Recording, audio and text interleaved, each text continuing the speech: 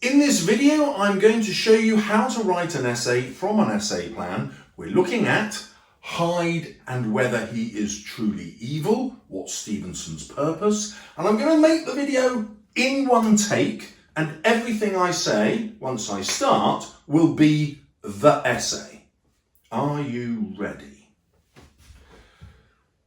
Stevenson focuses upon Hyde's evil in order to expose the hypocrisy of middle-class men, undermine their Christian beliefs, while at the same time giving his Christian audience a tale with Christian morals they can believe in.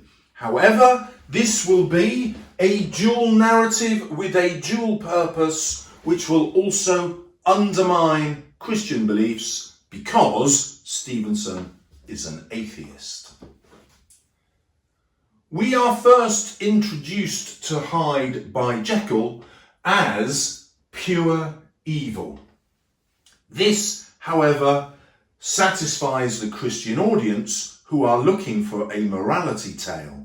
However, Jekyll's next description of him is that when he was Hyde, he had a livelier image of spirit. This implies that Hyde was possibly a superior experience to live in than Jekyll. Jekyll creates Hyde as a bravo in order to enjoy the pleasures of life. Stevenson could be suggesting that if we gave in to our natural human pleasures, our lives would be better. The Christian message is that we must repress our desires because they are inherently evil. Stevenson might disagree. We can explore this further when Jekyll describes being Hyde as springing headlong into the sea of liberty. This metaphor suggests that Jekyll feels liberated, released, perhaps his true self. If we consider man's dual nature, perhaps Stevenson is suggesting that our true selves are pleasure seekers, and seeking pleasure is not in itself sinful. It is only society's rules which forces us to view them as evil. And those views in Victorian society are shaped by Christian belief, which we know Stevenson opposed. The next character to describe Hyde says he was like some damned juggernaut. This quote reveals the Christian prejudice of the time. Hyde is damned just on his appearance. He is being judged and sent to hell. He is described as a juggernaut because this was the British way of changing the pronunciation of Jagannath, the Hindu god. This description reveals Victorian prejudice against other cultures, other religions, which is part of the dual narrative that Stevenson is writing. He is showing that the Christian tradition is only one possible moral construct for societies to follow. Other societies, much greater in numbers than our own, might choose different religions and different belief systems. The prejudice towards Hinduism here is the same prejudice that the characters will have towards Hyde, reflected in the word damned. In fact, we find out that when Hyde trampled on this young girl, she was not much the worse. In other words, all he had done is bump into her and carry on. She was not harmed. There was no damage done.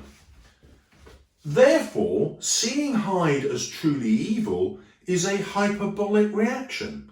Yes, he is unpleasant. He hasn't stopped for this girl, but this is not evil.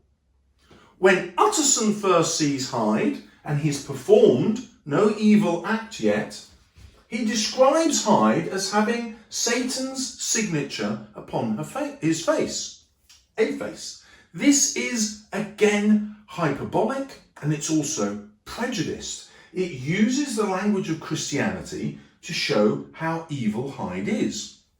Now, this satisfies the Christian reader who knows they're in for a morality tale, who knows that this satanic figure will ultimately be punished by the end of the novel. However, Stevenson's more subtle point is that there is nothing evil and satanic about this character yet. It's only society's prejudice that makes it so. In fact, Enfield and the Doctor immediately want to kill Hyde, and Stevenson shows us this because he wants to show it is society which is evil for repressing natural human desires. Hyde, however, does commit a very evil act in killing Sir Danvers Carew. Jekyll describes this as, "My devil came out roaring."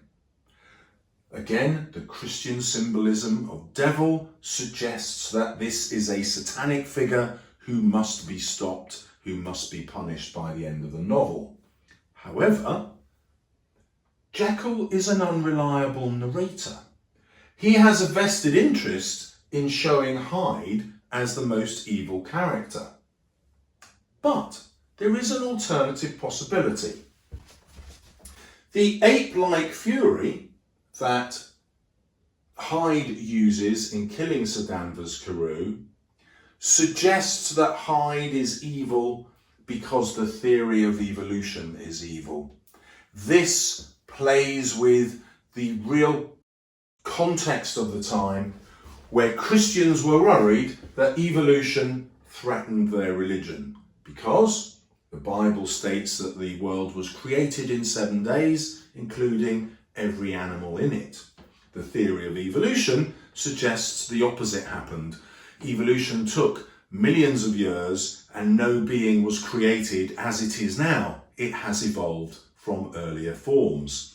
This challenge to Christian belief upset many in society because their certainties were no longer trustworthy. Of course, Stevenson is very happy with these scientific discoveries because he is an atheist. However, he can't rub this atheism metaphorically in the face of his readers because he knows they are Christian. And so he still has to offer them Christian redemption in the novel, while at the same time hinting that this is a fantasy. What we are never told is why Hyde kills Sir Danvers Carew. This is a deliberate ambiguity. Some readers decide that it is because Stevenson is writing about homosexuality in 1885. This was the year in which homosexuality was outlawed.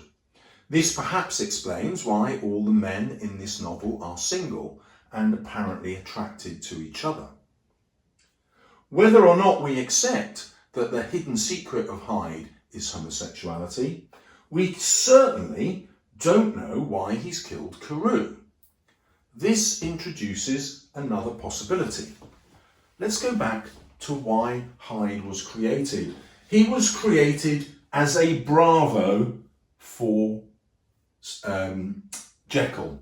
This means he existed for his pleasures, his being Jekyll's. Hyde was only created so that Jekyll can enjoy what Hyde enjoys without being exposed, because he's doing it in the form of Hyde.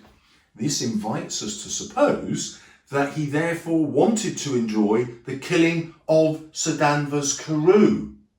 The real evil is the civilised man. It is Jekyll, not Hyde. Hyde is acting on an instruction, but Jekyll keeps that from us, or rather keeps it from Utterson in his confession at the end.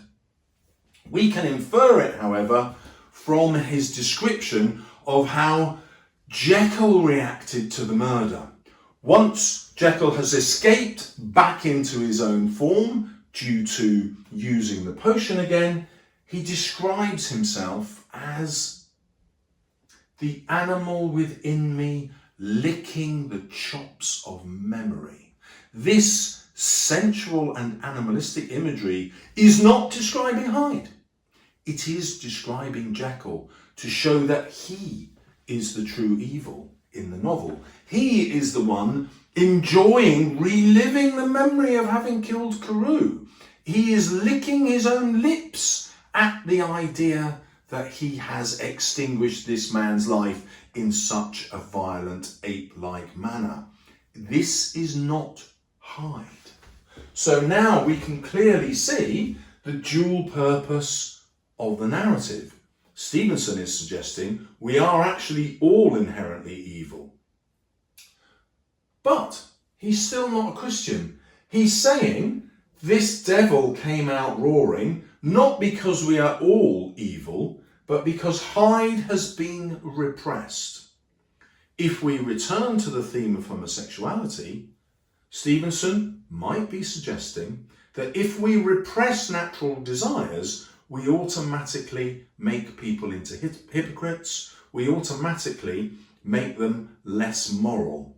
However, if we did not repress those desires, metaphorically speaking, our inner devils would not come out roaring because they would not be treated as devils.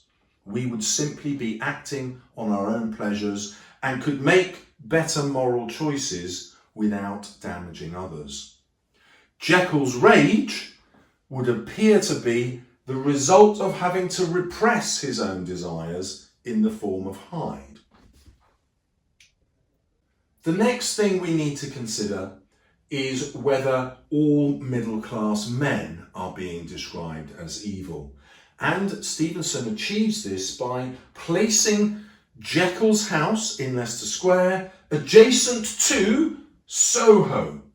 Soho was code for any reader in Victorian times for an area of debauchery and sin. However, this is where he places Hyde. To the Christian audience, this obviously signifies Hyde's evil and sinful nature. However, Stevenson's dual purpose is to point out that Soho only exists cheek by jowl and side by side with Leicester Square in order to satisfy the sinful desires, the immoral practices of the middle classes and indeed the wealthy classes who live next door in Leicester Square.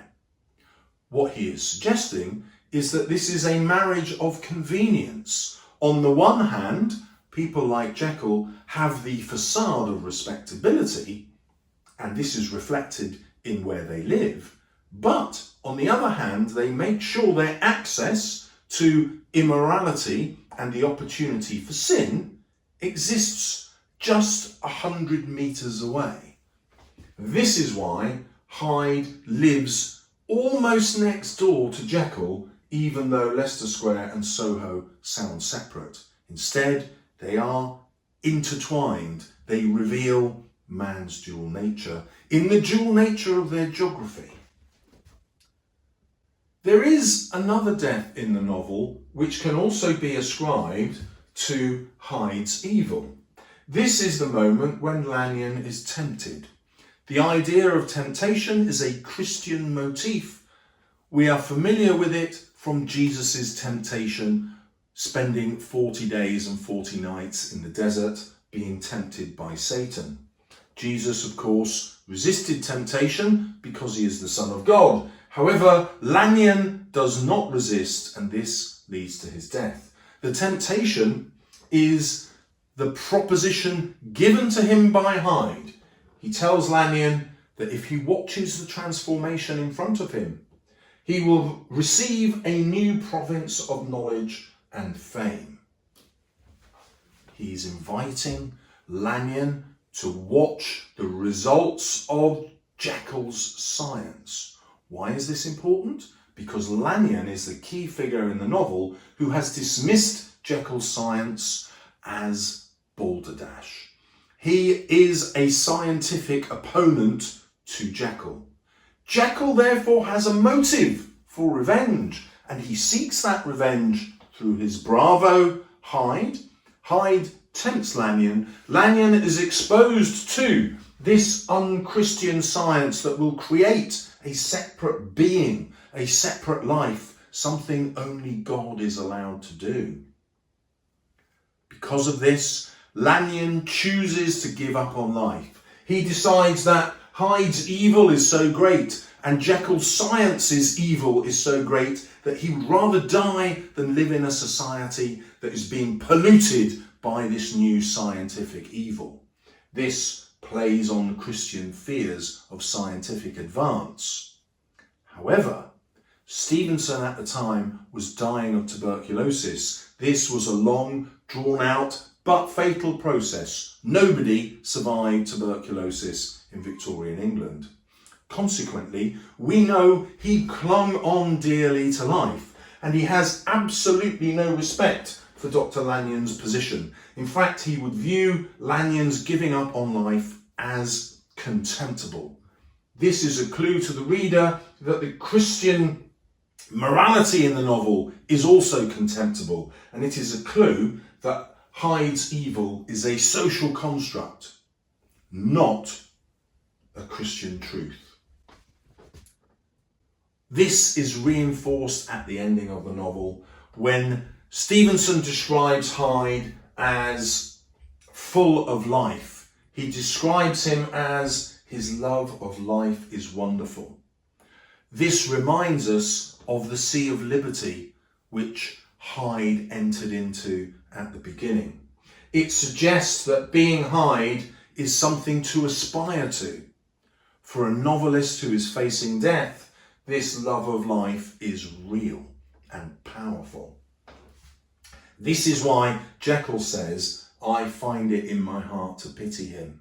It doesn't just reveal Jekyll's corruption, which is what a Christian audience would pick up.